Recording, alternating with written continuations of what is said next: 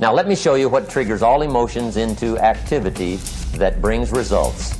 And results is the name of the game. Here it is. Action. Finally, you must do something about how you feel. Jesus, the master teacher, said, don't just be listeners, be doers. The world admires the doers. Whatever it takes to get you to try harder, read more, set your goals, and go for it. Here's the next attitude disease. Overcaution. Some people never will have much. They're too cautious. Now, you can also be too reckless, but you can also be too cautious. This is called the timid approach to life. And my caution was always the risk. Risk used to drive me right up the wall. I used to say, what if this happens? It's called the language of the poor. What if this happens? And on top of that, if this was to happen, look at the fix I'd be in. I better not try. I could always ace myself out. Then I'll tell you what changed my whole life when I finally discovered it's all risky. The minute you were born, it got risky. If you think trying is risky, wait till they hand you the bill for not trying. If you think investing is risky, wait till you get the tab for not investing. See, it's all risky. Getting married is risky. Having children is risky. Going into business is risky. Investing your money is risky. It's all risky. I'll tell you how risky life is. You're not going to get out alive. That's risky. The Englishman says, well, if that's the way it's going to work out, let's give it a go. Right, that's what it's for. Give it a go. Somebody says, yeah, but I'm looking for safety and security. Fine, then huddle in a corner. We'll cover you with a sheet, bring you 3 meals a day. And we'll protect you, feed you, look after you, care for you. We won't let anything happen to you. And you'll probably live to be 100. The guy said, well, yeah, I'd live to be 100. But what a way to live. Right. What a way to live, safe and secure. Don't ask for security. Ask for adventure. Better to live 30 years full of adventure than 100 years safe in the corner.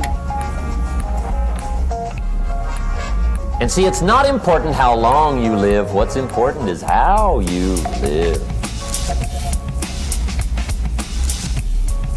Here's the next attitude disease. We're almost through with this motley list. In fact, we're almost through. Hang on.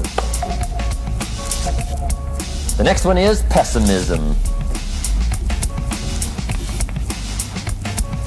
Pessimism, the deadly disease of always looking on the bad side, the problem side, the difficult side, checking all the reasons why it can't be done.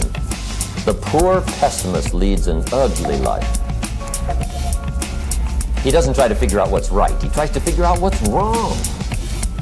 He doesn't look for virtue. He looks for faults. And when he finds them, he's delighted. How ugly. This is the poor guy looks through the window, doesn't see the sunset. He sees the specks on the window.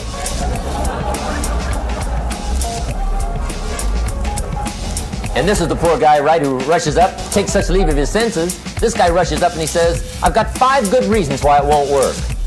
He's so dumb, he doesn't know. All you need's 1. He's got 5.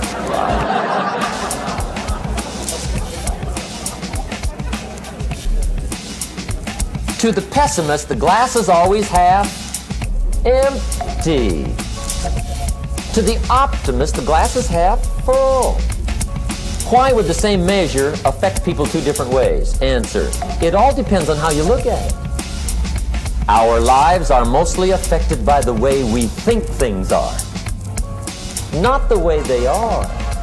The way we think they are affects us most. There's a subject we don't have time to get into tonight called better thinking habits.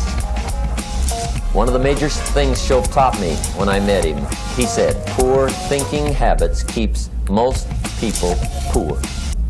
Not poor working habits. Most people work hard, but they don't think hard. And Shope taught me that the mind is like a factory, a mental factory. And whatever you think about all day long pours ingredients into this mental factory. And that's what builds the economic, social, financial fabric of your life.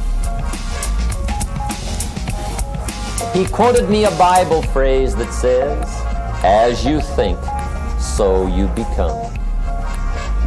How awesome. When he talked about poor thinking habits, he had me. I used to start the day reading the morning newspaper. I mean, you can believe that or not. I'd get a cup of coffee and read the paper. I'd load up on wars and riots and murders and stabbings and killings and bank robberies and muggings and car wrecks and tragedies. I'd even read the back pages. I seem to like that stuff for some weird reason. I'd load up on all that, and then I'd start the day. You can imagine the kind of days I used to have.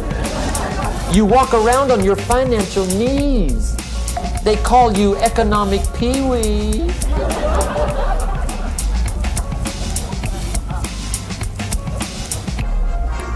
The guy says, "I want to be a great leader." Wonderful. The first thing we do is follow him to his house.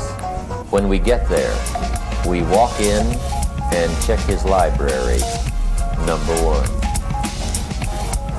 Somebody says, "Well, why check his library?"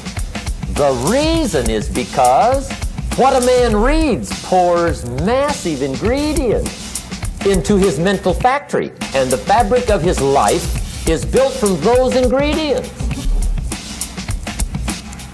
You would not believe what some people have got in their house to read. You would not believe. One of the best dressed up words I know for a lot of it is trash. Can you imagine dumping a barrel of trash into this mental factory every day and coming out with a rich, dynamic, positive life? It can't be done. You might as well try making a cake with cement.